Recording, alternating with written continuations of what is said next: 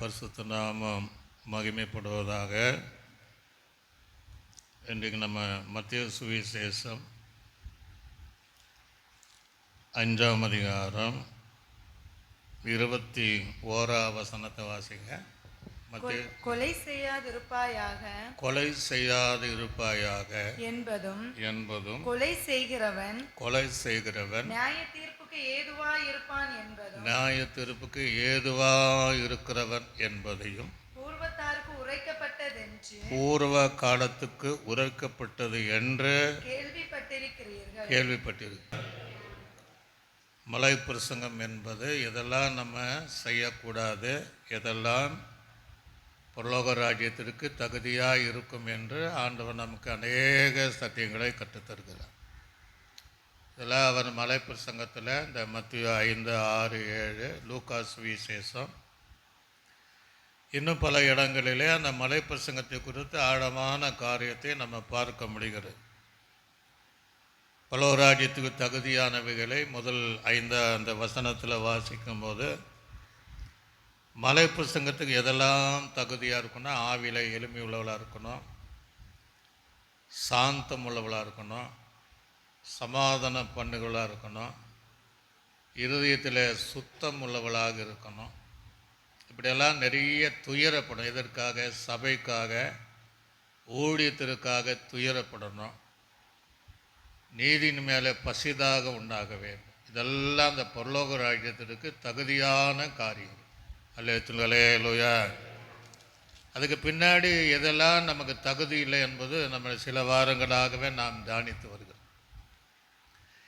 இந்த மலை பிரசங்கத்தில் சொல்லும்போது கொலை செய்யாது இருப்பாயாக அப்படின்னா, இந்த காலத்தில் இந்த வசனத்தை வச்சு பார்த்தீங்கன்னா ஏராளமான கொலைகள் தான் நடந்தது.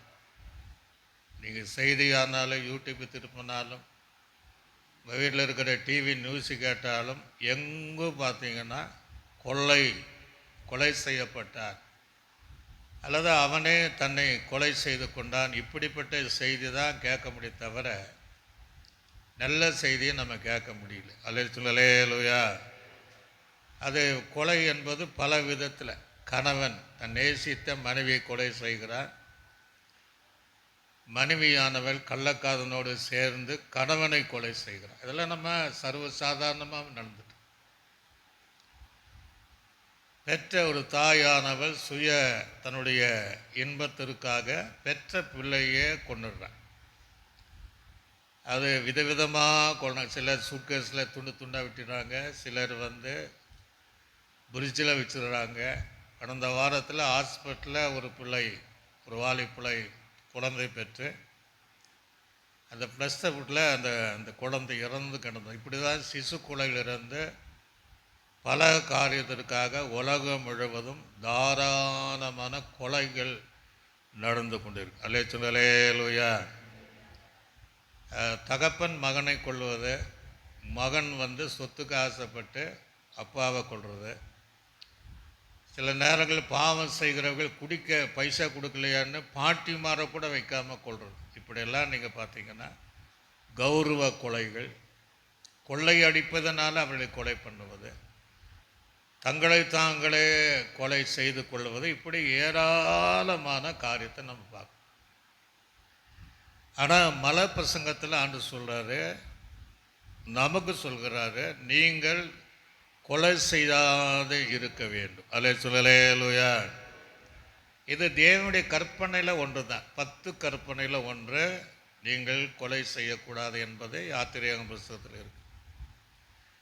இதெல்லாம் ஆண்டவர் சொல்லிட்டு, நான் மோசையினால் கொடுக்கப்பட்ட அந்த நியாயப்பிரமாணம் ஒன்று இருக்குது. 40 நாட்கள் உபவாசி. இதெல்லாம் செய்தியெல்லாம் கேட்பதற்கு பயம் உண்டாகும். ஆனால் இவைகளெல்லாம் நம்ம பேசாமல் இருக்க முடியாது. எந்த செய்தியானாலும் வசன ஆதாரத்தோடு சில சத்தியங்களை நம்ம கேட்கணும்.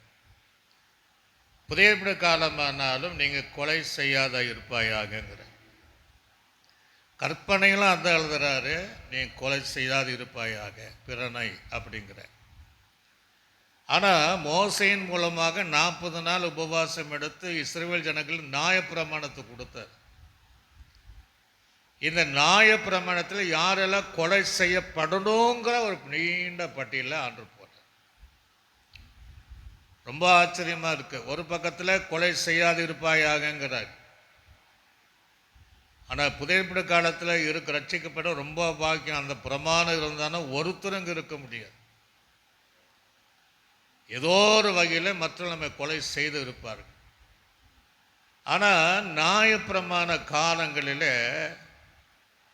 பல தவறு செய்வர்களை கொலை செய்யப்பட வேண்டும் என்று நியாயப்பிரமாணத்தில் மோசையின் மூலமாக தேவன் எழுதி வைத்திருக்கிறார். அல்லேலூயா. அது கொஞ்சம் நேரம் நம்ம பார்க்க போகிறோம்.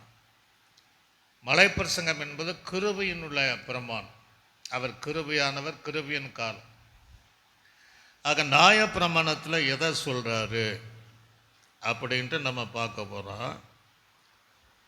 அதுக்கு முன்னாடி நீங்கள் யாத்திரியாகமும் 20ஆம் அதிகாரம் 13ஆம் வசனத்தை வாசிங்க.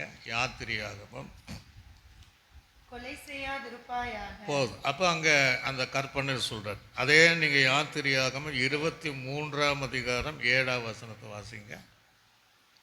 கள்ள காரியத்திற்கு தூரமாய் இருப்பாயாக. ஆமாம், திருட்டுத்தனத்திற்கோ கள்ளத்தனத்திற்கோ நீ தூரமாய் இருப்பாயாக. குற்றமில்லாதவனையும், அதாவது குற்றமில்லாதவனையும் நீதிமானையும் கொலை செய்யாதிருப்பாயாக.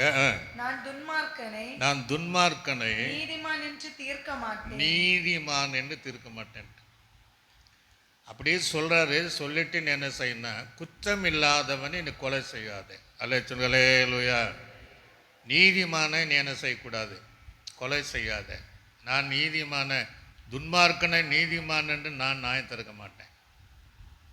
கள்ளத்தனம் இருக்கக்கூடாது என்று இங்கே சொல்கிறார். அப்போ யாரெல்லாம் கொலை செய்யப்படுது? அது கேட்பதற்கு நம்ம பயமாக இருக்கும். அதனால் நம்ம பேசாமல் இருக்க முடியாது. ஆண்டுடைய சத்தியத்தை சொன்ன வசனத்தை நம்ம கொஞ்சமாகி நமக்கும் எனக்கும் கொஞ்சம் பயம் உண்டாகி ஆண்டுடைய வருகைக்கு நம்ம ஆயத்தப்படுத்துவதற்கு அது ஏதுவாக இருக்கு. இப்போ எடுத்து வாசிங்க. நீங்கள் யாத்திரியாகமும் 21ஆம் அதிகாரம் அதில் 12ஆம் வசனத்தை வாசிங்க. ஒரு மனிதனை, நல்ல கவனிங்க, ஒரு மனிதனை சாகும்படி அடித்தவன் நிச்சயமாய் கொலை செய்யப்பட கடவன். ஒரு அல்லேலூயா. அப்ப நியாயப்பிரமாணம் என்ன சொல்லுதுன்னா, ஒருத்தனை சாகும்படியாக அடிக்கிறவன் நியாயப்பிரமாணத்தின்படி அவன் கொலை செய்யப்படணுங்கிற. இன்னைக்கு எத்தனை பேர் நீங்கள் பார்த்தீங்கன்னா அடிச்சே கொண்டுட்டாங்க என்கிற செய்தி நம்ம பார்க்க முடியும். மனைவியை அடிக்கிற கூட்டம் இருக்கு, புருஷனையும் அடிக்கிற மனைவி மேலே இருக்க தான் செய்கிறாங்க, நண்பர்களையும் மாறி மாறி அடிக்க தான் செய்கிறாங்க. ஆக சாகும் வரை அடித்து கொலை செய்கிறவன் அவன் கொலை செய்யப்படும். அல்லேலூயா. இந்த ஒரு பிரமாணம் இன்னைக்கு இருந்துன்னா உலகத்தில் யாராவது ஜீவிக்க முடியுமா? எத்தனை காரியம் நம்ம பார்க்குறோம். எத்தனை பேர் அடிச்சே என்ன செய்கிறாங்க சொல்கிறாங்க.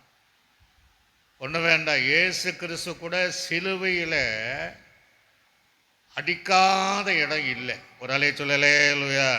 அவரோட உச்சந்தலை வரையும் உள்ளங்கால் வரையும் அடித்து காயப்படாத இடம் கிடையாது. பேதுரானாலும் பவுலானாலும் சொல்லுவாங்க, ஜீவாதிபதியை நீங்கள் என்ன செஞ்சீங்க? கொலை செய்தீர்கள். இப்படி அடிச்சே கொலை பண்ண. ஆனால் அவர்கள் கொலை செய்யப்பட்டார்கள்னு கிடையாது.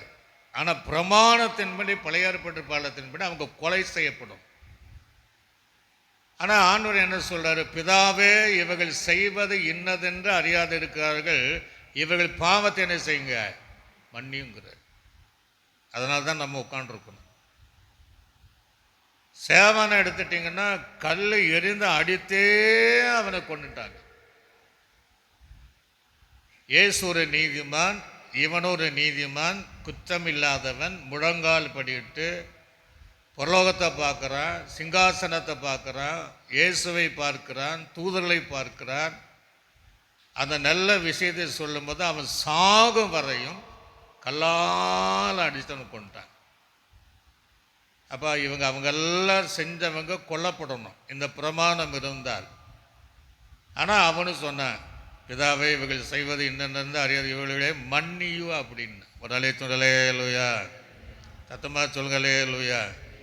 இன்றைக்கி அப்படி இப்போ வேதாங்கமத்தில் அப்படி நிறைய பவுலை கூட சாகலை. கிட்டத்தட்ட 5 முறை நான் அடிக்கப்பட்டேங்கிறான். 3 முறை விளாற்றினால் அடிக்கப்பட்டேன். ஒரு தடவை செத்து போனான்னு தூக்கி வீசினாங்க, எழுந்து நடந்து போனாங்க. ஆனால் அவங்க பதிலுக்கு அவங்களை கொலை செய்யாமல் சீசர்கள் எல்லாம் பல விதத்திலும் அடித்து கொலை செய்யப்பட்டார். இன்றைக்கி மணிப்பூராக இருந்தாலும் வட பகுதியாக இருந்தாலும் எத்தனையோ ஊழியர்கள், குற்றமில்லாதவர்கள், நீதிமான்கள், பரிசுத்தவான்கள், தேவ பிள்ளைகள் கொலை செய்யப்படுகிறார். ஆனால் அதுக்கு பதில் என்னத்தான் இந்த நியாயப்பிரமாணம்னா, அவர்கள் கொலை செய்யப்படணும். ஆனால் கிருபையின் பிரமாணம் அவளை கர்த்தர் அந்த மன்னித்து பாதுகாக்கிறார். அலைச்சுங்களேலுயா, அவங்களுக்கு ஒரு டைமை கொடுத்துருப்பார். ஆக அடித்து அவன் சாகிற வரை அடிக்கிறவன் அவன் கொலை செய்யப்படணுங்கிறார். இப்போ நீங்கள் மீண்டும் நீங்கள் வாசித்து பார்த்தீங்கன்னா, அதே நீங்கள் யாத்திரங்க புஸ்தகத்தில் 21ஆம் அதிகாரம் 4ஆம் வசனத்தை வாசிங்க. அவன் எஜமான் அவனுக்கு ஒரு பெண்ணை விவாகம் செய்து கொடுத்தும், ஒரு பெண்ணை விவாகம் செய்து கொடுத்தும் அவள் அவனுக்கு, நல்ல கவனிங்க, அவன் அவளுக்கு ஆண் பிள்ளைகளையாவது பெண் பிள்ளையாவது பெற்றும் இருந்தால் அந்த பெண்ணும் 14வது வசனம், சாரி 21:14 வாசம். ஒருவன் பிறனுக்கு விரோதமாய் சதி மோசம் செய்து, எப்படி நல்ல கவனிங்க, சதி மோசம் செய்து அவனை துணிகரமாய் கொன்று போட்டால் அவனை என் பலிபீடத்தில் இருந்தும் பிடித்து கொண்டு போய் கொலை செய்வேன். ஒரு அலே சொல்லலேலுயா. அப்போ எப்படியா? வஞ்சகமாக சதி செய்து, நிறைய இடத்துல சொல்கிறாங்களே சதி செய்து கொண்டு போட்டாங்க. அப்படி கொலை செய்கிறவனை பலிபீடத்தில் இருக்கிறான், வேற எங்கேயும் பலிபீடத்திலிருந்து பிடித்து வந்து அவன் கொலை செய்யப்படணுங்கிறார். அலேச்சுங்களேலுயா. நிறைய நீங்கள் பேப்பரில் பார்த்தீங்கன்னா நண்பர்களாக இருப்பாங்க குறித்த காலங்கள் வரையும். ஆனால் அவங்களுக்குள்ள ஒரு பிரச்சனை வரும்போது அதே ஸ்நேகத்தை, அந்த வெறுப்பை காமிக்காமல் அப்படியே அன்பாக பழகி ஒரு குறிப்பிட்ட இடம் வரை சென்று அவங்களுக்கு நல்ல போதை கொடுத்துட்டு கொண்டு போடுவாங்க. அதெல்லாம் எதுன்னா இந்த சதினால் உண்டாகிற கொலைகள் நிறைய நடக்கிறதா. ஆக இங்கே அதான் சொல்றார், அப்படிப்பட்டவர்களை நியாயப்பிரமாணத்தின்படி கொலை செய்யப்படும். அல்லேலூயா. இங்க அப்போஸ்தலனுடைய பவுலை நீங்கள் பார்த்தீங்கன்னா அவை தான் செய்தான். சேவானை கொலை செய்ய காரணமாக சதி செய்தவன், பரிசுத்தவான்களை கொலை செய்ய காரணமாக இருந்தவன், ஸ்திரீயும் புருஷர்களும் சிறைகளை அடைத்தவன், சபையை துன்பப்படுத்தினவன். ஆனால் அவனை கொலை செய்யலை, ஆண்டவனை ரட்சித்தான். அல்லேலூயா. ஆக இங்கே அப்படிப்பட்ட ஒரு காரியத்தை நம்ம சதி செய்து, மோசம் செய்து, துரோகம் செய்து ஒருவனை கொலை செய்தால் அவன் கொலை செய்யப்படணுங்கிறார். எத்தனை பேர் நமக்குள்ளேயே சதி எண்ணங்கள் இருக்கு, சதி திட்டங்கள் நம்ம தீட்டுறோம். ஆவிக்குரியவர்களாக இருக்கிறாங்க, பரிசுத்தவான்களாக இருக்கிறாங்க, எத்தனையோ சதி திட்டங்களை தீட்டுக்கிறார். ஆக அந்த மாதிரி எண்ணங்கள் நமக்கு இருந்தால் நாம் கொலை செய்யக்கூடியவளாக இருக்கிறோம். அல்லேலூயா. எழுத்தின்படி இல்லாமல் ஆவிக்குரிய ரீதியிலாக நாம் இருப்போம். இன்னும் நீங்கள் வேதத்தில் நீங்கள் வாசித்து பார்த்தீங்கன்னா, அதே நீங்கள் 21ஆம் அதிகாரம் 15ஆம் வசனத்திலிருந்து வாசிங்க. நல்ல கவனிங்க, வாலி பிள்ளைகள் நல்லா கவனிக்கணும். பெரியவங்களும் கவனிக்கணும். நிறைய பேர் அப்பா அம்மாவையோ அப்பாவை அடிச்சிடுறாங்க. அது எவ்வளோ பெரிய கெடுதல் என்பது தெரியாது. அது ஆவிக்குரியவளை தவறு செய்யும்போது அது பிற்காலத்தில் ரொம்ப இப்போ இல்லைன்னா ஆண்டு ஒரு நாள் கை வைப்பார். அப்போ அங்கே சொல்கிறாரு, வாசி பாருங்க, தன் தகப்பனையாவது தன் தாயையாவது அடிக்கிறவன் அது நிச்சயம்ட்டார். அவனுக்கு எந்த ஒரு சந்தர்ப்பத்தை கொடுத்துடக்கூடாது. தாயும் தகப்பனையும் அடிக்கிறவன் கண்டிப்பான்ட்டார், நிச்சயமா அவன் உயிரோடு இருக்கக்கூடாது, அவன் கொலை செய்யப்படணும். அல்லேலூயா. இன்னைக்கு எத்தனை பேரை அம்மா அப்பாவை அடிக்கிறாங்க. அந்த வாட்ஸ்அப் வந்த உடனே சில காட்சிகளை பார்த்தா பரிதாபமாக இருக்கும். பையன் அப்பாவை போட்டு அப்படியே முள்ளுக்காலில் வச்சு அடிக்கிறத காட்டுவாங்க. வயதான அம்மாவை போட்டு தள்ளாடுகிற பட்சத்தில் ஒரு வழி பண்ணி அடிக்கிறதெல்லாம் நேரடியாக நம்ம பார்க்குறோம். ஆக ஒரு தாயும் தகப்பனை அடிக்கிறவன் கண்டிப்பாக நிச்சயமாக கொலை செய்யப்படும்னா, இன்னைக்கு அந்த பிரமாணம் இருந்தால் எத்தனை பிள்ளைகள் உயிரோடு இருப்பார். அல்லேலூயா.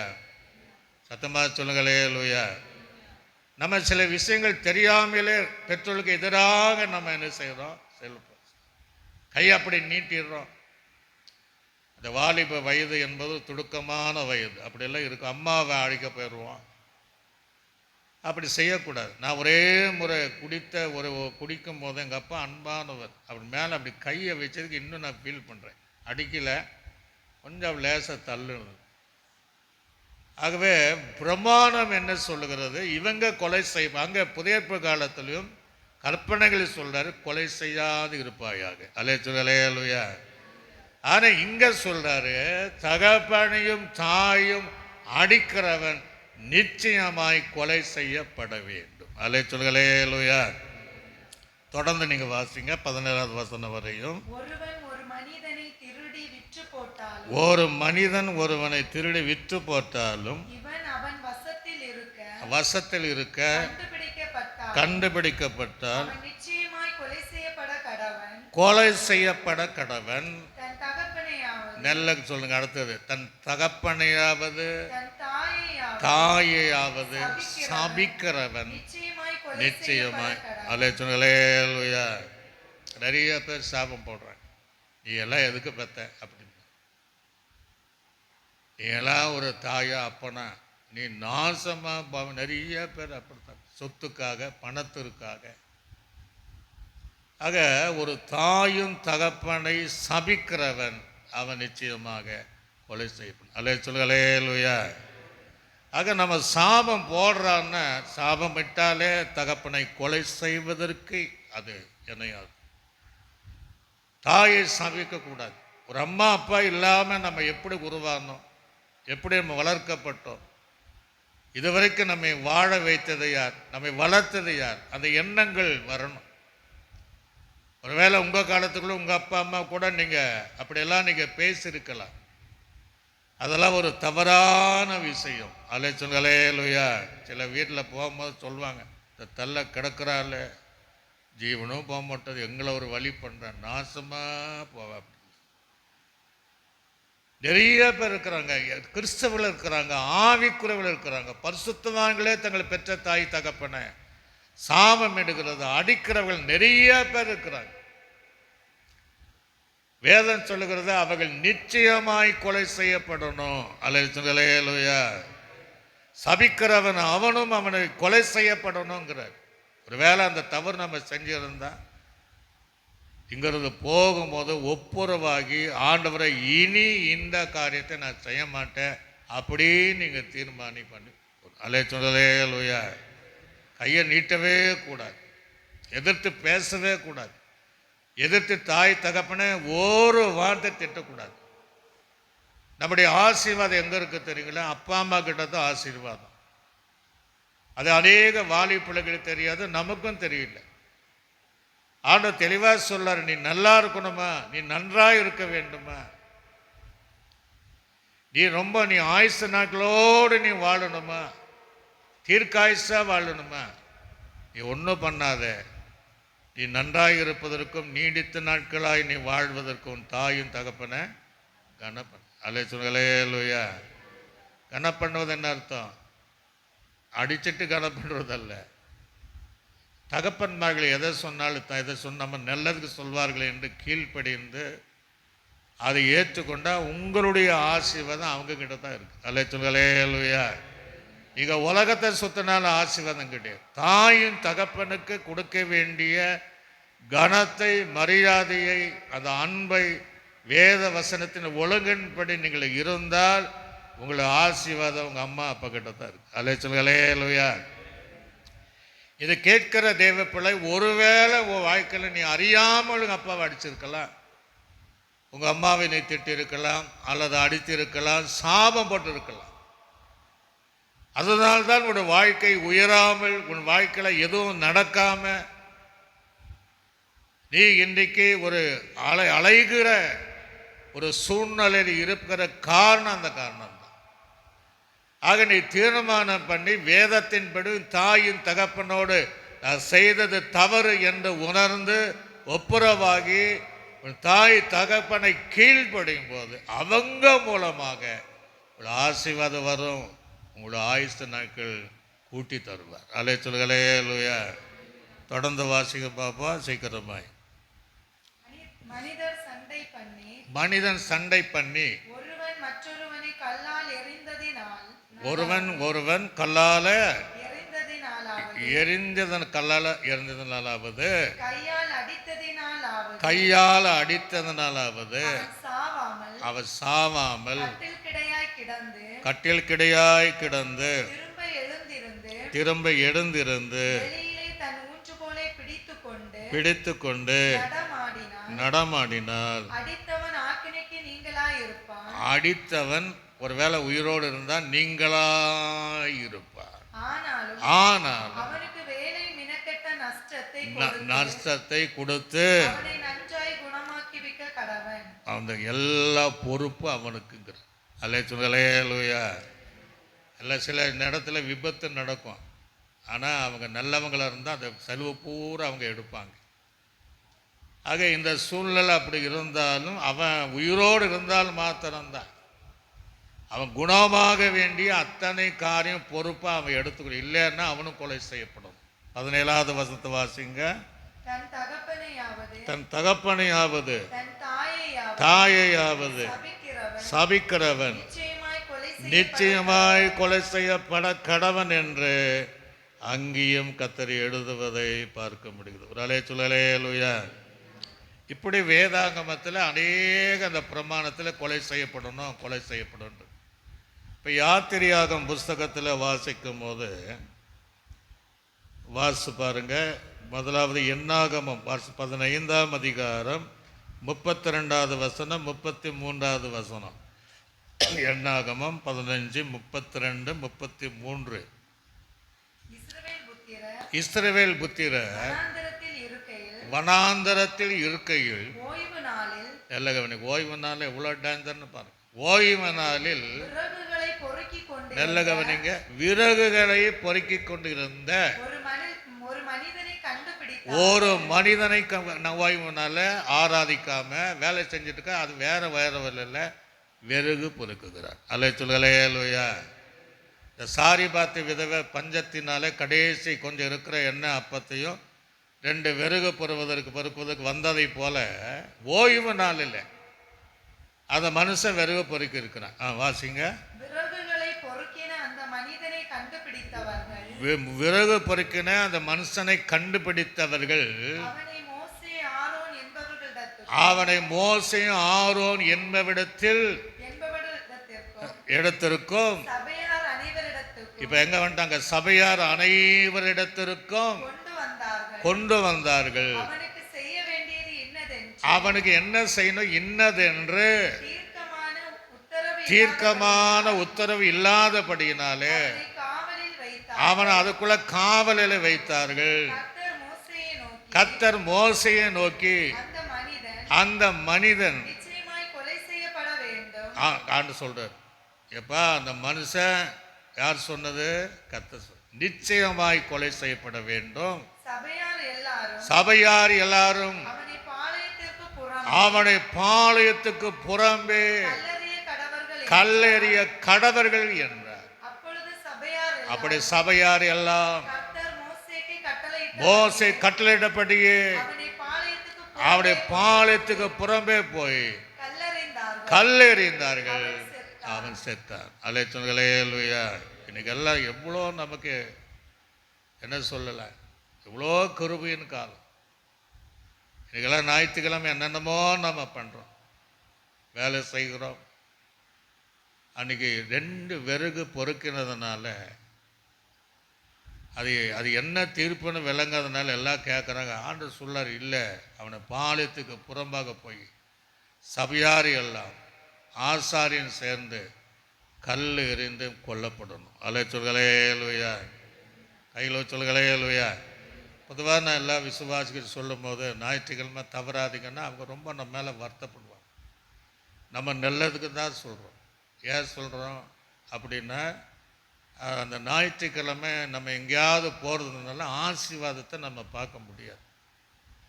சாத்தான எனக்கு அந்த ஞாயிற்றுக்கிழமை தான் சில ஆசீர்வாதம் வச்சு நம்ம இழுப்பான். இழுத்துட்டு அன்னி கொடுத்துட்டு மற்ற நாளெல்லாம் வெறுமையாக விட்டுருவான். அல்லேலூயா. ஆக நான் பரிசுத்தமான ஓய்வுனால யாதொரு வேலை என்ன செய்யக்கூடாதான், செய்யக்கூடாது. சொந்த பேச்சு கூட பேசக்கூடாது. இதில் நம்ம பேசாமல் இருக்க முடியாது.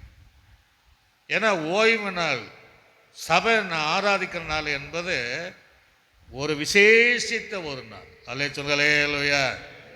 இப்போல்லாம் நம்ம காலையிலேயே வேலை செஞ்சுட்டு வர்றாங்க. எவ்வளோ கிருபை உள்ள தேவன், அப்படியே கொலை பண்ணுறாரு நம்மளை. மதியானமே வேலைக்கு போகிறோம், சாயங்காலம் வேலைக்கு போகிறாங்க. ஆனால் தேவன் எவ்வளோ நல்லவர் பாருங்க. கொலை செய்யாது இருப்பாங்கன்னு இந்த பட்டியலை கொண்டு வர்றார். அவரும் நேரடியாக இப்படிப்பட்ட புதைப்பு காலத்தில் நடந்திருந்தால் சபையில் ஒரு ஆள் இருக்காது. ஏதோ சில குடும்பம் நான் பார்த்து இருக்கிறேன், எந்த சபையிலும் ஒரு ஞாயிற்றுக்கிழமை தவறாமல் வருகிறவர்கள். அல்லேலூயா.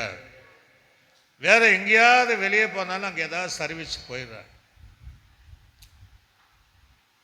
அப்போ மற்றவங்களெல்லாம் நிறைய விஷயங்களில் பாருங்கள். இன்னைக்கு கூட நம்ம நிறைய பேர் வரல, நிறைய பேர் எங்கேயும் போயிடுறோம். அந்த சொல்கிற சில விஷயங்கள்.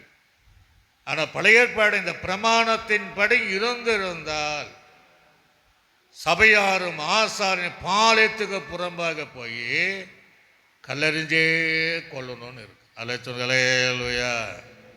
ஆகவே தேவ பிள்ளைகள், இதெல்லாம் நம்ம எதிர்க்குன்னா ஞாயிற்றுக்கிழமை தவறவே கூடாது. இங்கே நல்ல கவனிங்க. நம்முடைய சகோதரர்கள் முகமதிகளை பாருங்க, உயிர் போனாலும் வெள்ளிக்கிழமை தொழுகையை நிறுத்த மாட்டான். ஒரு அல்லேலூயா. ட்ரெயினர் இருந்தாலும் சரி, ரோட்டில் இருந்தாலும் சரி, அவன் வீட்டில் இருந்தாலும் சரி, ஆஃபீஸில் இருந்தாலும் சரி, அந்த நேரத்தில் அந்த தொழுகை கரெக்டாக. நம்மெல்லாம் ஒரே இந்துக்குள்ளேயே பாருங்கள், நம்ம சகோதரர் தான். இங்கெல்லாம் தூரமாக போகிறாங்க, அதை பார்க்கிற வரையும் சுமையும் இருக்க மாட்டாங்க. 40 நாட்கள் தவமாக இருப்பாங்க. அந்த பூஜை இடையில போகவே மாட்டாங்க. ஆரம்பத்திலேருந்து முடிகிற வரையும் அந்த பிரசாதம் வாங்கின பின்பு தான் வராங்க. அவங்களெல்லாம் சில சத்தியங்களை அறியாமல் இருக்கு. ஆனால் நம்ம எல்லாம் தெரியும், தெரிந்து என்ன பெறுகிறோம், அந்த சபை கூடுவதை விட்டு விடுகிறோம். அல்லேலூயா. அப்படியே ஒழுங்கா இருக்கிறவங்களையும் நம்ம சில விஷயங்கள் இன்னைக்கு போலான்னு என்ன அப்படியே போனோமோ அப்படிங்கிற திசை திருப்பி ஒழுங்கா இருக்கக்கூடியவர்களையும் ஒழுங்கில்லாத பாதையில நடத்துகிற ஒரு காரியம். அல்லேலூயா. எல்லா சபையில் பார்த்துருக்குறேன். அவங்க என்ன விசேஷமானாலும் ஒரே வருஷங்க சபை தான் முக்கியங்க. ஞாயிற்றுக்கிழமை நாங்கள் ஆராதித்து தான் வருவோம். ஒரு அல்லேலூயா. ஆக ஓய்வு நாளிலே ஓய்ந்திருந்து தேவனை ஆராதிக்க வேண்டிய என்ன பிரச்சனை? அப்படியெல்லாம் இந்த நியாயப்பிரமாணத்தின்படி நடந்திருந்தால் இன்னைக்கு நம்ம நிலைமை எப்படி? அன்பின் தேவன் அப்படியே நம்ம கிருபையா தாங்குறார். அல்லேலூயா. அதை என்னைக்கு இருக்குன்னு அப்படி சொல்ல முடியாது. ஆகவே அந்த வசனம் அப்படி சொல்வதை நம்ம பார்க்க முடிகிறது. அதே நீங்கள் யாத்திரிகம் 31ஆம் அதிகாரம் 13ஆம் வசனம் முதல் 16வது வசனம் வரைக்கும் வாசிங்க. யாத்திரையாகமம் 31 13ஆம் வசனம் முதல். நீ இஸ்ரவேல் புத்திரரை நோக்கி, நீ இஸ்ரவேல் புத்திரரை நோக்கி, நீங்கள் என் ஓய்வு நாட்களை ஆசரிக்க வேண்டும், என் ஓய்வனால நீ ஆசாரிக்க வேண்டும். உங்களை பரிசுத்தப்படுத்துகிற கர்த்தர், உங்களை அந்த நாள் தான் உங்களை பரிசுத்தப்படுத்துகிற கர்த்தர் நான் என்பதை நீங்கள் அறியும்படி இது உங்கள் தலைமுறை தோறும். இதை சொல்லிட்டார். தலைமுறை தூரம். பழைய ஏற்பாடு காலம் மாத்திரம் இல்லை, எவ்வளோ தலைமுறை இருக்கிறோம். தலைமுறை தோறும் எனக்கும் உங்களுக்கும் அடையாளமாய் இருக்கும். இது அடையாளங்கிறார். ஒரு அலை சொல்லலே இல்லையா? எது அடையாளம்? ஓய்வு நாள் முழுவதும் நீ என்னுடைய சமூகத்தில் வரும்போது, நீ என்னை கனப்படுத்தும் போது, நீ என்னை ஆராதிக்கும் போது, நான் உன்னை பரிசுத்தப்படுத்தும் போது, அதுதான் தலைமுறை தலைமுறை தூரம் அது உனக்கு அடையாளமாக. அல்லே சொல்களே இல்லையா? வாசி முடிங்க. ஆகையால் ஓய்வு நாளை நீங்கள் ஆசரிப்பீர்களாக. அது உங்களுக்கு பரிசுத்தமானது.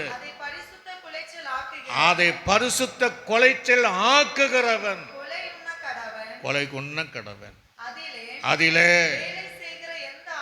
வேலை நல்ல கவனிங்க, வேலை செய்கிற எந்த ஆத்துமானாலும், எப்பேற்பட்ட ஆத்துமா, வசதி உள்ளவனாலும் வசதி இல்லாதவனானாலும், தன் ஜனத்தில் நடுவில் இராதபடிக்கு பாருங்க எப்படியெல்லாம் சொல்ற. அலே சொல்களே லூயா. ஆனா இந்த கிருபையின் காலம் பாருங்க, எவ்வளோ நம்ம சில குடும்பங்களில் நல்லா இருக்கணும்னு என்னுடைய விருப்பம். நல்லா இருக்கணும், என்ன செய்யணும்? ஆவிக்குரிய விஷயத்தில் ஒழுங்காக இருக்கணும், சபை ஒழுங்காக இருக்கணும். அதுக்கு நம்ம சில ஆலோசனை சொல்லுவோம். ஆனால் அதில் அவங்க ஒழுங்கில்லாமல் இருப்பாங்க, பிரயாசப்படுறாங்க, ஆனால் வாழ்க்கையில் ஒரு முன்னேற்றம் கிடையாது. எதில் நம்ம ஒழுங்காக இருக்கணுமோ அதில் ஒழுங்காக இருந்தால் கர்த்தர் ஆசீர்வதிப்பார். அலைச்சுரலே லூயா. தேவனுக்கென்று முதலிடம் கொடுத்துரும், ஃபஸ்ட்டு கொடுத்துரும். ஞாயிற்றுக்கிழமை நான் வரலங்க, நான் ஆராதிச்சு பின்னாடி நான் பார்க்குறேன். அலைச்சுரலே லூயா. என் தேவனை கனப்பண்ணுகிற நாளுங்க, என் தேவனை ஆராதிக்கிற பரிசுத்த நாள், என்னை பரிசுத்தப்படுத்துகிற நாள். வசனம் இப்படி இருக்கு. அதனால நான் தேவ சமூகத்தை போகணும். நின்று பாருங்க, குறுகிய காலத்திற்குள்ளாக நீங்க விரும்புகிற ஆசீர்வாதத்தை நீங்க எட்டி பிடிக்கலாம். அல்ல சொல்லுங்களே லூயா. அது ரொம்ப அந்த வைராக்கியம் நமக்கு வரல. வசனம் நமக்கு பயம் கிடையாது. எல்லாம் ஏன் பேசுறாருன்னா, கொஞ்சமாகிலும் கடைசி நாள் ஒரு தெய்வ பயம் வேண்டுமே அப்படின்னு தான் பேசுறேன். ஆக அது பரிசுத்த கொலைச்சல் ஆக்கிறாதேங்கிறார். நீ வரலன்னா அது பரிசுத்த கொலைச்சல் உண்டாகும். அலைச்சுலையா. அதனால நீ என்ன செய்ய வேண்டும்? தேவனை ஆராதிக்க வேண்டும் என்று சொல்லு. வாசிங்க. 6 நாள் நீ என்ன இரவும் பகல, ஃபர்ஸ்ட் டியூட்டியா, ஃபர்ஸ்ட் ஷிஃப்டா, செகண்ட் ஷிஃப்டா, கூடுமான நீ தூங்காம கூட என்ன செய்யலாம். அப்படிப்பட்ட இருக்கிறாங்க. செய்யலாம். 7ஆம் நாளோ ஓய்ந்திருக்கும் ஓய்வு நாள், அது கர்த்தருக்கு பரிசுத்தமானது. வேலை செய்கிறவன் எவனும் கொலை செய்யப்படணும். ஒரு அலை சொல்லலே லூயா. இவ்வளோ அழகான வசனம். இது தீர்மானம் பண்ணுங்க, நான் எந்த சூழ்நிலையிலும் நான் தேவனை ஆராதிக்க போகிறேன். ஒரு அலை சொல்லலே லூயா. ஒரு அம்மா ஆராதிக்கிற நேரத்தில் சாட்சி நேரத்தில் சொன்னாங்களாம், வீட்டில் அவங்க அம்மா இறந்துட்டாங்களா. இறந்ததை யாருக்குமே சொல்லலை, பாஸ்டுக்கும் சொல்லலை. சொன்னான்னா எல்லாம் வந்துடுவாங்கன்ட்டு சாட்சியில் எழுப்பி சொல்கிறாங்களா. அப்படியெல்லாம் நம்ம வாழ முடியுமா? எழுப்பி சொன்னாங்களா, நேற்று இரவு வேளையில் எங்கள் அம்மா மரித்து போனார்கள். நான் ஏன் சொல்லணுன்னா ஆராதிக்க முடியாத ஆகிடும், அதனால் நான் ஆராதிக்க வந்திருக்கேன். நீங்கள் எல்லாம் ஆராதனை முடிச்சுட்டு பாஸ்டர் வந்து அந்த அடக்காரன் நடத்துறாங்க. ஒரு அலைய சொல்லலே லூயா, கையில் சொல்லலே லூயா. அப்போ எப்படி இருக்கு பாருங்க அவங்க சாட்சியின் வாழ்க்கை. நீங்கள் அதெல்லாம் கேள்விப்பட்டிருக்கீங்க. ஆக ஓய்வு நாள் என்பது கர்த்தர் தந்த நாள். அலைய சொல்லலே லூயா. அதனால் ரொம்ப கவனமாக இருக்கும். ஆரம்பம் முதல் முடிக்கிற வரை இருக்கும். நான் உங்களுக்கு உதாரணம் சொல்கிறேன். உங்களை திட்டுவதற்காக நல்லா இருக்குன்னு சொல்கிறேன். ஒரு பூஜை, இந்து பூஜை செஞ்சீங்கன்னா ஆரம்பத்து வரையும் கடைசி வரையும் இருப்பான். ஒரு அலை சொல்லலே லூயா. இடல போகவே மாட்டான், மூச்சே விட மாட்டான், பயந்து இருப்பாங்க. தொழுகை அப்படித்தான் இருப்பான். நம்ம அந்த சரியான அந்த நேரத்தில் சரியான நேரத்தில் கடந்து போனால் ஆசீர்வாதம் உண்டாகும். அலை சொல்லலே லூயா. நம்ம அப்படி அதுவும் எனக்கு வரும், அது தாமதமாகவோ அல்லது போகும்போது சீக்கிரம் அப்படி அல்ல. அது சொல்லும் போது நமக்கு இதெல்லாம் நான் சொல்லாமல் இருக்க முடியாது. ஏன்னா இது உங்களுடைய ஆசீர்வாதத்திற்கு இடைஞ்சலாக இருக்கக்கூடிய காரியம். நீங்கள் நல்லா இருக்கணும், சபையில் இருக்கிறவன் நல்லா இருக்கணும்னு நானும் விரும்புகிறேன், அவரும் விரும்புகிறார். அலைச்சுலே லூயா. ஏன் அந்த ஆசீர்வாத குறைவு, ஏன் நீங்கள் விரும்ப நடக்கலைன்னா அந்த ஒழுங்கின்மை நமக்குள்ளே இருப்பதுனால அந்த கர்த்தர் விரும்புகிற ஆசீர்வாதம் தருவது அவர் அதே தடையாக இருக்குது. ஆக பழைய காலத்தில் புதிய பாட்டில் அப்படி தான் இருக்குது. ஓய்வு நாளில் சொந்த பேச்சு கூட என்ன செய்யக்கூடாதான், பேசாமல் இருக்கு. அலே சொல்லலே லூயா. ஆனால் புதிய காலத்தில் சொல்கிறாரு, நீ கொலை செய்யாத இருப்பாயாக என்று அங்கே சொல்லப்படுகிற காரியத்தை நம்ம பார்க்க முடியும். அதை நீங்கள் அடுத்தது வாசித்து பாருங்கள். இப்போ எபிரேயருக்கு நிறுவனம் திருப்பிக் கொள்ளுங்க. எபிரேயர் நிருபத்தை திருப்பிக் கொண்டால் 10ஆம் அதிகாரம் 35ஆம் வசனம் முதல் 25ஆம் வசனம் முதல் 31ஆவது வசனம் வரைக்கும் வாசிங்க. இப்போ நல்லா சொல்கிறாரு தான் அந்த ஞாயிற்றுக்கிழமை. இது ஞாயிற்றுக்கிழமை பழைய காலத்தில் ஓய்வு நாள் வேறு, புதிய காலத்துடைய ஓய்வு நாள் வேறு. அலைச்சல்களே லூயா. இயேசு உயிர்த்தெழுந்த நாள் தான் இந்த ஓய்வு நாள். அலைச்சல்களே லூயா. ஒரு விசேஷத்த நாள். வாசிங்க. சில சபை கூடி வருதலை சிலர் விட்டு விடுறாங்களாம். சபை கூடி வருதில்லை, ஆராதனைக்க வருவதில்லை. சிலர் விட்டு விடுவதை போல, எல்லாரும் இல்லை, சிலர் விட்டு விடுவதை போல நமக்கு சொல்ல நாம விட்டு விடாம ஒருவருக்கொருவர் என்ன செய்யணுமா சொல்லணுமா, விசுவாசி எப்ப நீங்க இப்படி இருக்கக்கூடாது, ஞாயிற்றுக்கிழமை நீங்க ஆராதனைக்க வந்துடுங்க புத்தி சொல்லணுமா. ஒரு சிலர் விட்டு போறாங்க இல்லையா, அவங்க சொல்லிட்டே இருக்கணுமா. அவங்க நம்மளை திட்டினாலும் பரவாயில்ல, ஒரு அலை சொல்லலே லூயா. நம்மளை புரிந்து கொள்ளவில்லை என்றாலும் பரவாயில்ல, அவங்க நல்லா இருக்குங்கிறதுக்காக ஒருவருக்கொருவராக அவங்களை புத்தி சொல்லி இப்படியெல்லாம் இருக்காத, நீ வா, கர்த்தர் உன்னை நடத்துவார். அலை சொல்லலே லூயா. ஒருவருக்கு புத்தி சொல்லி நாளானது சமீபித்து வருகிறது, எவ்வளவாய் பார்க்கிறீர்கள், அவ்வளவாய் நாளை ஆண்டோடைய வருகை வருது இல்லையா, அவ்வளவாய் நீ சோர்ந்தமாக புத்தி சொல்லிட்டே இருக்கணும். சத்தியத்தை அறிந்த அறிவை அடைந்த பின்பு நான் என்ன பாவம், சபை கூடி வராததே பாவம். அல்ல சொல்லலே லூயா. அதுதான் அதை எழுதுறாரு. ஞாயிற்றுக்கிழமை ஆராதனைக்கு வராததே பாவம்னு எழுதுறாரு. தேவ பிள்ளைகள் நம்ம இனி வருகிற காலங்கள் வாழ்நாள் முழுவதும் ஞாயிற்றுக்கிழமை ஆண்டு சமூகத்தை வந்துடும். அலைச்சல்களே லூயா. குடும்பமாக வருவது இன்னும் ஆசீர்வாதம் தான். வாசிங்க. பாவங்கள் அந்த ஓய்வு நாள் மீற பாருங்க, அந்த பாவத்தின் நிமித்தம் செலுத்தத்தக்க வேற ஒரு பலி இனி இராமல், நான் அதுக்கு நீ ஓய்வு நாள் வரலன்னா அதுக்கு நியாய தீர்ப்பு வரும் என்று நீ பயத்தோடு எதிர்பார்க்குதலும் விரோதிகளை பட்சிக்கும் கோபாக்கினி தான் வரும். மோசேயினுடைய பிரமாணத்தை தள்ளுகிறவன் இரக்கம் பெறாமல் 2-3 சாட்சிகள் வாக்கினாலே சாகிறானே. தேவனுடைய குமாரனை ஞாயிற்றுக்கிழமை வந்து பாவம் செஞ்சா நீ தேவனுடைய குமாரனை நல்ல கவனிங்க. இதெல்லாம் நம்ம வச்சிருக்கணும். ஞாயிற்றுக்கெல்லாம் வரலன்னா இயேசுவை காலில் போட்டு நம்ம மிதிக்கிறோம். அப்படிப்பட்ட விருப்பம் நமக்கு உண்டா? இயேசுவை காலில் போட்டு மிதிக்கலாமா? ஞாயிற்றுக்கெல்லாம் வரலன்னா குமாரனாக இயேசுவை காலில் போட்டு என்ன செய்கிறோமா? மிதிக்கிறோம். தன்னை பரிசுத்தம் செய்த உடன்படிக்கையின் இரத்தத்தை யாரு? தன்னை பரிசுத்த பண்ணி ரட்சிக்கப்பட்ட அந்த உடன்படிக்கையின் ரத்தத்தை அசுத்தம் என்று எண்ணி ஞாயிற்றுக்கிழமை அதான் அசுத்தங்க என்று எண்ணி கிருபையின் ஆவியை கிருபை நமக்கு தந்த அந்த கிருபையின் ஆவியை நிந்திக்கிறவன் நிந்திக்கிறவன் எவ்வளவு கொடிதான ஆக்கினை எவ்வளவு கொடிதான ஆக்கினைக்கு பாத்திரவானாய் இருப்பான் என்பதை பாத்திரவனாய் இருப்பான் என்பதை யோசித்து பாருங்கள். யோசித்து பாருங்கள். ஒரு அலைச்சலையா நம்ம எல்லாம் நம்ம நினைக்கிறோம் பாஸ்டர் தாங்க ஒன்றும் சொல்ல மாட்டார், நான் ஒன்றும் சொல்ல மாட்டேன், நம்ம உபதேசம் பண்ணுறது தான். கத்தரை சொல்றாரு, அது கொடிய ஆக்கினி வரும். அலைச்சலையா. அதனால் அந்த ஓய்வுனால சரியான நேரத்தில் வந்து ஆராதிக்கவளாக இருக்க வேண்டும் என்று கத்த சொல்லுது. இப்போ இன்னொரு சம்பவத்தை அந்த நியாயப்பிரமாணத்தில் வாசித்து அடுத்த சில சீக்கிரமாக முடிக்க போகிறோம். லேவியராக புத்தகம் 20ஆம் அதிகாரம் 10ஆம் வசனத்தை கூட வாசிங்க. லேவியராகமம் 20ஆம் அதிகாரம். ஒருவன் பிறனுடைய மனைவியோடு நல்ல கவனிங்க. ஒருவன் பிறனுடைய மனைவியோடு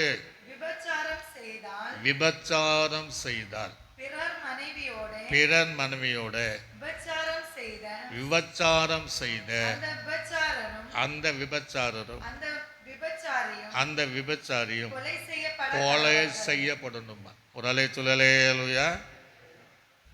நல்லா புரிஞ்சுடுங்க. நம்ம வாழ்க்கை கத்தர் பார்த்துட்டு இருக்கிறாரு. இதை கேட்கிறோட வாழ்க்கை பார்த்துட்டு இருக்கிறார். எனக்கு நிறைய விஷயங்கள் இதுதான் நடக்குது. மனைவிக்கு துரோகம் பண்ணி அல்லது புருஷனுக்கு துரோகம் பண்ணி அநேக ஆவிக்குரியவர்கள் கிறிஸ்தவர்கள் இந்த பாவத்தை செய்கிறாங்க. ஆனால் உயிரோடு இருக்கிறாங்க. நிறைய பேர் இன்னொரு மனைவியோடு வாழ்ந்துட்டு இருக்கிறாங்க. ஆக இந்த வசனம் பாருங்க, ஒரு மனைவியோட பிறனுடைய மனைவியோட ஒருத்தன் விபச்சாரம் பண்ண 2 பேருமே கொல்லப்படும். அலைச்சொல்லையா. இந்த ஒரு பிரமாண புதைப்பாடல் இருந்துச்சுன்னா எத்தனை பேர் நம்ம ஜீவனோடு இருப்போம்? யோசித்து பாருங்க. கேட்கிறவள் யோசித்து பாருங்க. இந்த விபச்சாரம் நமக்கு ஒரு குடும்பம், ஒரு மனைவி, ஒரு புருஷனை தந்திருக்கிறாருன்னா வாழ்நாள் முழுவதும் நெட்டையோ குருடோ செவிடோ எதான கத்த தந்ததை கடைசி வரை அன்பார். அலை சொல்லலையா. நிறைய பேர் ஆவிக்குரியவர்கள் இந்த தவறை தாராளமாக செய்து துணிகரமாக இருக்கிறார். துணிகரமாய் பிரசங்கிக்கிறவர்கள் நிறைய பேர் இருக்கிறாங்க. துணிகரமாய் தேவ சமூகத்திலிருந்து ஆராதிக்கிறவளா இருக்கிறாங்க. ஆண்டவர் பொறுமையாக இருக்கிறார். அலைச்சொல்லையா. 2 பேருமே சொல்றாரு, எதுவானாலும் சரி. அது கீழே ரொம்ப சொல்றாரு. ஒரு மகள் தகப்பனோடு செய்தாலும் இப்படி நிறைய விஷயங்கள் அங்கு தவறு நடந்தால், மருமகளோடு இருந்தாலும் இவைகளெல்லாம் அந்த விபச்சாரங்கள் செய்தவர்கள் அங்கே வச்சிருக்க கூடாது. அவர்கள் கொலை செய்யப்படும். அலைச்சொல்லையா. குறைந்த நிருபத்தில் அந்த பாவம் பெருகிச்சிங்க. ஆனால் ஆண்டு சொல்றாரு, கொடிய அந்த விபச்சாரத்தை காட்டிலும் மோசமான விபச்சாரம் எல்லாத்தையும் வெளியே தள்ளுன்னு கொலை செய்யல. அவருக்கெல்லாம் ஒரு சந்தர்ப்பத்தை தேவன் கொடுத்தார். அலைச்சொல்லையா. நம்ம அப்படி கிருபையின் காலம்னா நம்ம ஏமாத்திட்டே இருக்கக்கூடாது. ஆக இவைகளெல்லாம் செய்கிறவன் அது யாராக இருந்தாலும் அவர்கள் கொலை செய்யப்படணும்னு தான் பிரமாணம் இருக்கு. அலைச்சொல்லையா. ஆனால் அது மிஞ்சி நிறைய பேர் இருக்கத்தான் செய்கிறாங்க. கர்த்தர் தான் அவர்களை சந்திக்க வேண்டும். கர்த்தர் தான் அவர்களை பார்க்க வேண்டும். இப்போ நல்ல கவனிங்க. இப்போ நான் சில கொலை என்பது மற்றவர்களை கொலை செய்வது ஒன்று, நம்மை நாமே கொலை செய்வது இன்னொன்று. அலைச்சொல்லையா. அதை மாத்திர சுருக்கமாக நம்ம பார்க்கணும். முதல் மனிதனாகி ஆதாம் தன்னைத்தானே கொலை செய்து கொண்டான். எதனால் கொலை செய்தான் அப்படின்னு நீங்கள் பார்த்தீங்கன்னா,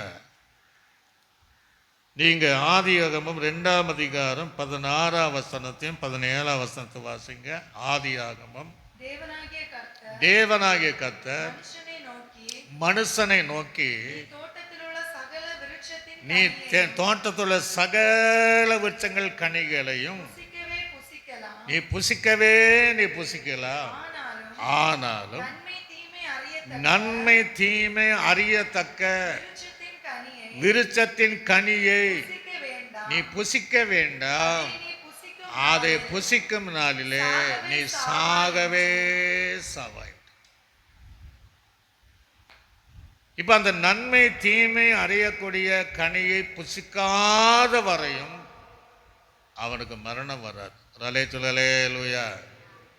அப்ப இங்க எதை காட்டுகிறது? கீழ்ப்படிதல், கீழ்ப்படியாமை, ரெண்டு காரியம் இருக்கு.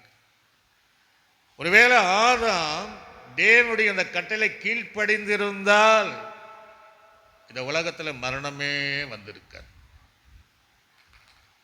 இப்ப அவனுடைய எதனால இந்த மரணம் வந்தது அப்படின்னா அவருடைய கீழ்ப்படியாமினாலே ஆத்துமாவிலே மரணம் உண்டாச்சு. அல்லேலூயா. அது சரீரம் ஜீவனோடு இருந்தாலும் பாவம் செய்கிற ஆத்துமா சாகும் என்று அவருடைய ஆத்துமா ஒரு செத்த நிலைமையில் இருக்கு. அப்ப இதுல இருந்து நான் கற்றுக்கொள்ள காரியம் என்ன? நமக்குள்ள கீழ்ப்படியாம இருந்தால் நம்ம ஆத்துமாவை நம்மளே கொலை பண்றோம். நம்முடைய ஆத்துமாவை நாம் நஷ்டம் பண்ணுகிறோம். கீழ்ப்படிதலில் உள்ள வரையும் நம்மை பாதுகாக்கிறோம். அல்லேலூயா. ஆக அநேக பேர் கீழ்ப்படிதல் இல்லை. சபைக்கும் கீழ்ப்படிவதில்லை, பெற்றோருக்கு கீழ்ப்படிவதில்லை, புருஷனுக்கும் கீழ்ப்படிவதில்லை, மூப்பர்மாளுக்கும் கீழ்ப்படிவதில்லை. ஆக அந்த கீழ்ப்படியாமை என்பது இருக்கிற வரையும் நம்மை நாமே நம்முடைய ஆத்துமாவை அழித்து கொண்டிருக்கிறோம். அதான் வச்சே சொல்றாரு, நீங்கள் கொலை செய்யாது இருப்பாயாக. அல்லேலூயா. உங்களுடைய ஆத்துமாவை நீங்கள் கொலை செய்யாது இருப்பீராகன்னா கீழ்ப்படிதல் உள்ள வரை தான் நடக்கும். சில விஷயங்கள் சபைகள் என்பது நிறைய பேர் எந்த விஷயம் கீழ்ப்படுகிறது இல்லை. அவங்களுக்கு நம்ம கீழ்ப்படியணும்னு நினைக்கிறாங்க. அவைகள் அல்ல. சபைகளில் இருக்கிற ஒழுங்கு கிரமத்திற்கு, தேவ சத்தியத்திற்கு, தேவனுடைய பிரமாணத்திற்கு எதுவரை கீழ்ப்படுகிறோம் அந்த ஆத்துமா அது உயிரோடு இருக்கும். அல்லேலூயா. ஆக இது நம்மை நாமே கொலை செய்கிற ஒரு அனுபவம். நம்மை நாம எதனால? கீழ்ப்படியாம் என்கிற ரோமர்களெல்லாம் நம்ம வாசிக்க நேரம் இல்லை. ஒருவனுடைய கீழ்ப்படியாமினால அத்தனை பேரும் மரித்தார்கள் என்று வேதம் சொல்கிறது. 5ஆம் அதிகாரத்தில் வீட்டில் போய் வாசம். ஆனா ஒருவனுடைய கீழ்ப்படிதல், இயேசு கிறிஸ்துடைய கீழ்ப்படிதல்னால எல்லாருக்குள்ள ஜீவன் வச்சு. அல்லேலூயா. ஆக அந்த கீழ்ப்படியாமை தூக்கி வீசி இருக்க. அது கீழ்ப்படியாமை இருக்கிற வரையும் நம்முடைய ஆத்துமாவை அடிச்சுட்டே இருக்கும். நம்ம உயிரோடு சரீரத்தின்படி நம்ம ஜீவனோடு இருக்கலாம், பேசலாம், நடமாடலாம். இந்த கீழ்ப்படியாமல் நம்முடைய ஆத்துமாவை கொலை செய்து விடும், சாகடித்து விடும். அதான் சொல்றாரு, நீங்கள் கொலை செய்யாத இருப்பாயா. அல்லேலூயா. கீழ்ப்படி ரொம்ப முக்கியம். வாலி பசங்கள்லாம் ரொம்ப பெட்ரோல் சொன்னால் எதிர்த்து பேசாமல் நம்ம கீழ்ப்படிந்து போகணும். மனைவிமார்கள் புருஷனுக்கு என்ன செய்யணும்? கீழ்ப்படியணும். எவ்வளோ நம்ம பெரிய வேலை பார்த்தாலும், எவ்வளோ உயர்ந்த நம்ம டிகிரி முடிச்சிருந்தாலும் கீழ்ப்படியணும். சபையார் ஊழியருக்கு என்ன செய்யணும்? கீழ்ப்படியணும். நாம் எல்லாரும் தேவனுக்கு வசனத்திற்கு கீழ்ப்படியணும். அல்லேலூயா. அதான் சொல்லாது, முதல் தன்னைத்தானே அவன் என்ன செய்து கொண்டான்? இந்த ஆத்துமாவை கொலை செய்து கொண்டான். ரெண்டாவதாக நீங்க பார்க்கும்போது 1 கெடுதல் நிருபம் வாசித்து பாருங்க. 6ஆம் அதிகாரம் 9ஆம் வசனம் முதல் 10ஆம் வசனம் வரை. 1 இதெல்லாம் நிறைய பேர் அப்படித்தான் விரும்புகிறாங்க. ஐஸ்வர்யனாக விரும்புகிறவர்கள், ஐஸ்வர்யத்தையும் சம்பத்தையும் அவர் நமக்கு தருவார். சாலமன் ஞானத்தை கேட்டான், கேளாத ஐஸ்வர்யத்தையும் கனத்தையும் தேவன் கொடுத்தார். சிலர் ஏன் அப்படின்னா ஒரே நாளில் பணக்காராயிடணும், ஒரே நாளில் கோடீஸ்வரனா, ஒரு நாள் நடக்காது. ஐஸ்வர்யத்தை விரும்புகிறவன் சோதனையிலும் நல்ல கவனிங்க, விரும்புகிறான். ஏன் இரவு பகல் எப்படியா பணக்காரன் ஆயிடணும். ஆசீர்வாதம் நம்ம வருவது யாருக்குமே தெரியக்கூடாது, அப்படியே மறைமுகமாக வளர்ந்துட்டு இருக்கோம். அதுதான் தேவன் கொடுக்குற ஆசீர்வாதம். அல்லேலூயா. சடுதியாக ஒரு ஆசீர்வாதம் வந்துச்சுன்னா அது நிலை இல்லாததுன்னு அர்த்தம். நீங்கள் தேவனுக்கு கொடுங்க, கர்த்தர் உங்களை ஐஸ்வர்யவன் ஆக்குவார். அவர் நம்மையும் ஐஸ்வர்யன் ஆகும்படி அவர் சிலுவையிலே அவர் நமக்காக தரித்துறார். அதை விட்டுட்டு நம்ம தேவ சமூகத்தை விட்டுட்டு நான் ஐஸ்வர்யன் ஆயிடுவேன், அந்தஸ்து படுத்துருவேன் அப்படின்னா ஒரு நாள் நடக்க. நீங்கள் நல்லா யோசிச்சு பாருங்க. நீங்கள் செய்யாத வேலையா, நீங்கள் ஓடாத ஓட்டமா, எத்தனை நீங்கள் தொழில் பார்த்துருப்பீங்க, ஏன் வரல அப்படின்னா தேவ சமூகத்தில் நம்ம இல்லை. அல்லேலூயா. கீழ்ப்படிதல் வாசிங்க. ஐஸ்வர்யவனாகிய விரும்புகிறவர்கள் எங்க விழுவாங்களா? சோதனை, ரெண்டாவது கண்ணி, மனுஷனால் வருகிற ஏமாத்துமா, கேட்டிலும் அழிவிலும் அமிழ்த்துகிற மதிகேடும் சேதமுமான பலவிதமான இச்சைகளிலும் விழுகிறார்கள். அல்லேலூயா. இது ஏன் என்னன்னா இச்சை தான் மாரி ஒன்றும் இல்லை. இச்சையினாலே நிறைய பேர் தங்களை தாங்களே அழித்து கொண்டிருக்கிறார்கள். அல்லேலூயா. இச்சை அடக்க நமக்கு வேணும். ஆவிக்குரிய கனிகளில் நம்மளோட ஆசை இச்சைகளை சிலுவையில் என்ன செய்யணுமா அறியப்படும். சிலருக்காச்சு எதை பார்த்தாலும், எந்த வீடு பார்த்தாலும் இப்படி நமக்கு ஒரு வீடு இருந்தால் அப்படி, எந்த வீடு பார்த்தாலும் எந்த கார் பார்த்தா அப்பா இந்த காரை ஆடி, நம்ம சில நேரம் நம்ம சோத்துக்கே ஆற்றி இருப்போம், ஆடி கார் பார்த்த உடனே இப்படி நமக்கு ஒன்று வாங்கணும். இவைகளெல்லாம் எதனால் வருகிறதுனா எப்படியும் அப்படி இல்லை. நம்ம தேவ சமூகத்தில் இருந்தீங்கன்னா எல்லாம் வித ஐஸ்வர்யத்தை அவர் தருவார். அல்லேலூயா. நீங்கள் விரும்புறதுனால அங்கே சோதனை, கண்ணி, அழிவு, சேதம், நஷ்டம், மற்றவங்களினால் வருகிற எல்லா காரியங்களினாலும் ஒன்றுமில்லாமல் போகக்கூடிய அந்த இச்சையினாலே நம்மை நாமே அழித்து கொண்டு இருக்கிறோம். அல்லேலூயா.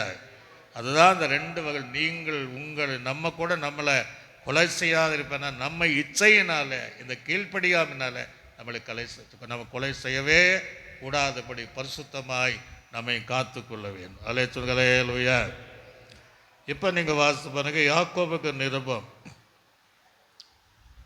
1ஆம் அதிகாரம் 14-15 வாசிங்க. பின்பு இச்சையான நல்ல கவனிக்க, இச்சையானது அது என்ன செய்யுமா? கர்ப்பம் தரித்து என்னத்தை பிறக்குமா? பாவத்தை ஒரு குழந்தை போல அது பிறப்பிக்கும். பாவம் பூரணமாகும் போது மரணத்தை பிறப்பிக்கும். ஒரு அல்லேலூயா. ஆக இச்சை என்பது எவ்வளோ பெரிய ஆபத்தானது பாருங்க. சிலருக்கு அந்த துணிமணியை பார்த்த இச்சை, சிலருக்கு சாப்பாடு பார்த்த இச்சை, சில வஸ்திரங்களின் மேலே இச்சை, அப்படியெல்லாம் நம்ம இச்சை. நமக்கு கர்த்தர் அந்தந்த நாளை எதை தருவாரோ அதை நமக்கு தருவார். அல்லேலூயா. பிறனுடைய மனைவின் மேலே, பிறனுடைய பொருளின் மேலே, பிறனுடைய வீட்டையும் இச்சையாது இருப்பாயாகங்கிற. அதனால நம்மை நாமே அழித்து கொண்டு இருக்கிறோமோ நமக்கு தெரியல. ஒரு காலம் நம்ம ஐஸ்வர்யன் ஆகலை. உங்கள் வாழ்க்கையில் வந்த ஆசீர்வாதம் நினச்சி பாருங்க. இன்னைக்கு இருந்தால் நீங்கள் எத்தனையோ மாடி வீடு கட்டியிருக்கலாம். ஒன்றும் இல்லை. ஏன்? தேவனுக்கு நம்ம கீழ்ப்படியும் இல்லை. நம்ம இச்சை அப்படி போனால் அப்படி பண்ணிடல, ஒன்றும் நடக்க. கர்த்தர் போகிற நடத்துகிற இடத்துல ஆசீர்வாதம் உண்டாகும். அல்லேலூயா. நன்மை கிருபை உங்களை தொடரும் என்பதை நாம் அறிந்து கொள்ள வேண்டும். அதை வாசித்து பாருங்க. யாக்கோபு 1ஆம் அதிகாரம் 14-15. அவனவன் நல்ல கவனி, சுய இச்சையினால இழுக்கப்பட்டு சிக்கொண்டு சோதிக்கப்படுகிறார். பின்பு இச்சையானது கர்ப்பம் தரித்து பாவத்தை பிரிக்கிறது. பாவம் பூர்ணமாகும் போது மரணத்தை பிறப்பிக்கும். மரணத்தை பிரிக்கும். அல்லேலூயா. ஆக எல்லா இடத்துல அந்த எழுதப்படுது. ஆகவே நம்ம மற்றவளையும் கொலை செய்யக்கூடாது, நம்மை நாமையும் கொலை செய்யக்கூடாது. அல்லேலூயா. ரெண்டு காரியங்கள் உண்மையாக இருக்கணும். இங்கே மூன்றாவது ஒரு காரியத்தை சீக்கிரமாக நேரம் இல்லை, ஆதியாகமம் 4ஆம் அதிகாரம் 5ஆம் வசனம் முதல் 8ஆம் வசனம் வரைக்கும் வாசிங்க. காயினையும் காயனையும் அவன் காணிக்கையையும் அவன் காணிக்கையும் அவர் அங்கீகரிக்கவில்லை. அங்கு இதை நம்ம வாசிக்க நேராச்சு. ஆபேலுக்கு நீங்கள் அங்கீகரித்தார், காயனுக்கு நான் அங்கீகரிக்கலை. உடனே அவன் முகம் நாடி வேறுபட்டு எரிச்சல் உள்ளவனானான். அல்லேலூயா. எரிச்சல் வந்தாச்சு. அது வரைக்கும் அப்படி கிடையாது. எரிச்சல் வந்ததுனால அந்த பொறாமையினால அவனை கொலை செய்தான்.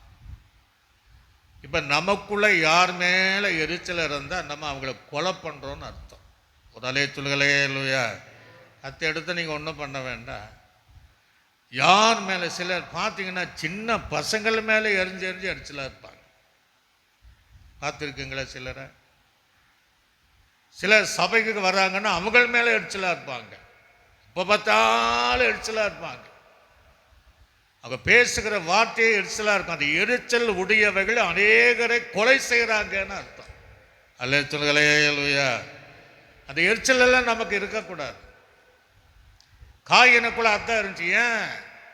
அவன் நல்லவன், அவன் தான் ஏற்றுக்கொண்டாரு. யார் மேலே எரிச்சல் வரும்? நல்லவர்கள் மேலே, குற்றம் இல்லாதவன் மேலே, நீதிமான மேலே, சபைக்கு பக்தி உறுத்தி உள்ளவன் மேலே, சபைக்கு ஒழுங்கா இருக்கிறவன் மேலே அந்த எரிச்சல் உண்டாகும். அந்த எரிச்சல் அவர்களை கொலை செய்யக்கூடிய காரியத்திற்கு ஒப்பிட்டு பேசுகிறார். அல்லேலூயா. நம்ம யாரு மேலே எரிச்சல் படக்கூடாது. அதான் ஆண்டவர் நம்ம கற்று தருகிற மலை பிரசங்கம். எரிச்சல் நமக்கு தேவை கிடையாது. காயின் எரிச்சலினால முகம் நாடி வேறுபட்டு அவன் சகோதரனை கொலை செய்தான் என்று பார்க்கிறோம். சீக்கிரமாக வசனத்தை வாசித்த முடிப்போம். சங்கீதம் 37:7-8 வாசிங்க. சங்கீதம் 37:7-8. கர்த்தரை நோக்கி அமர்ந்து கர்த்தரை நோக்கி அமர்ந்து அவருக்கு காத்திரு. காரிய சுத்தி உள்ளவன் மேலும், அதாவது காரிய சுத்தி என்னன்னா ஜெயம் கொள்ளுகிறவன், தன் வாய்க்குள்ள வெற்றி கொள்ளுகிறவன் மேல, தீவினை செய்கிறவன் மேலையும், ரெண்டு நல்லவன் மேலையும் கெட்டவன் மேலையும் எரிச்சல் ஆகாது. அல்லேலூயா. அவங்க மேல நீ என்ன செய்யாத? எரிச்சல் ஆகாது. உன்னுடைய ஆவிக்குரிய வாழ்க்கை, உன்னுடைய குடும்பம், நீ உன்னை பார்த்து நடந்த மற்றவங்க மேலே எரிச்சல் படவே கூடாது. அதாங்க சண்டை குழப்பங்கள், சில விஷயங்கள் நடக்கும். சில இடத்துல கன்வென்ஷன் கூட்டம் நடத்தின வரும், சபையில் விசேஷ கூட்டங்கள் வந்து அந்த எரிச்சலெல்லாம் நம்ம பார்க்க முடிகிறது. அந்த எரிச்சலை தாண்டி கர்த்தர் மேன்மையாக வைக்கிறார். அல்லேலூயா.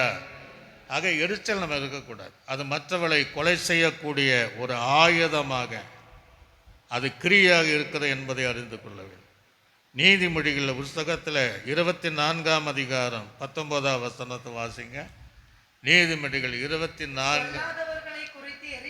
அவன் பொல்லாதவனாக இருந்தாலும் உனக்கு துரோகம் பண்ண அவன் மேலே எரிச்சல் அடியாத, பொறாமை கொள்ளாத. இல்லை, அணைந்து போகணும். அப்போ யார் மேலும் பொல்லாதவனாக இருந்தால் சரி, துன்மார்க்கம் அவன் மேலே உனக்கு எதிராய் செயல்பட்டவனாலும் அவன் மேலே எரிச்சல் ஆகாது. அல்லேலூயா. அவங்க உன்னை திட்டலாம், உனக்கு விரோதமாக பேசலாம், உன்னை பற்றி தப்பு தப்பாக பேசலாம், அவங்க மேலே நீ எரிச்சல் ஆகவே ஆகாது. அது எரிச்சல் கொலைக்கு சமமாக இருக்கு. அதான் ஆண்டு சொல்றாரு, நீ கொலை செய்யாத இருப்பாயாக. எபேசருக்கு நிருபம் 4:26-27 வாசித்து பாருங்க.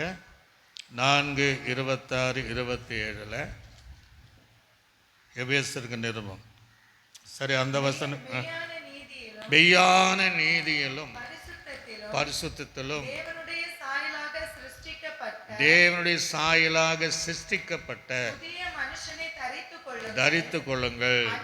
அன்றையும் ஒருவருக்கொருவர் நம்ம எப்படி இருக்கிறோமா? அவைங்களா இருக்கிறபடியா பொய்யை களைந்து அவனவன் பிறனுடனே மெய்யை பேச கடவன். நீங்கள் கோபம் கொண்டாலும் பாவம் செய்யாதிருங்கள். சூரியன் அஸ்தமருக்கு முன்பாக எது தனியணுமா? எரிச்சல் தனிச்சல். அலைச்சல்களேலுயா. எரிச்சல் வரும், தணிக்க செய்யும். யார் மேல நம்ம எரிச்சலா இருக்கிறோமா? நானா இருந்தாலும் நானும் கொலைகாரன் தான். யாரு மேலேயும் எரிச்சல் படக்கூடாது. அலைச்சல்களேலுயா. அப்போ அந்த லிஸ்டில் நம்ம வந்துடுவோம். இன்னொரு ரெண்டு காரை அப்படியே உண்மை சொல்லிட்டு போகிறேன். தீனாலு விஷயத்தில் அண்ணன் தம்பிகள் எல்லாம் போய் பழி வாங்கிட்டாங்க. பழி வாங்குவதும் மற்றவர்களை கொலை செய்கிறதுக்கு அடையாளம். அலேலுயா. ஆவிக்குறைவில் அப்படித்தான் இருக்கிறாங்க. அநேகரை நான் பேச பரிசுத்தவான்களுடைய வாய்க்குள்ள பார்க்குறேன்.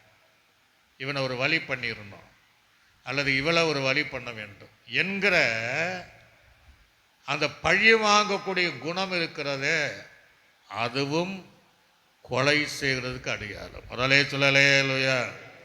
பழி வாங்குவதும் பதில் செய்வதும் யாருக்குரியது?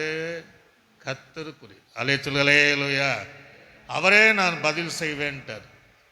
கடைசியாக ஒரு வசனத்தை நம்ம ஒரு காரியத்தை 1 யோவானுக்கு நிருபம் 3ஆம் அதிகாரம் 14வது வசனம் 15வது வசனம்.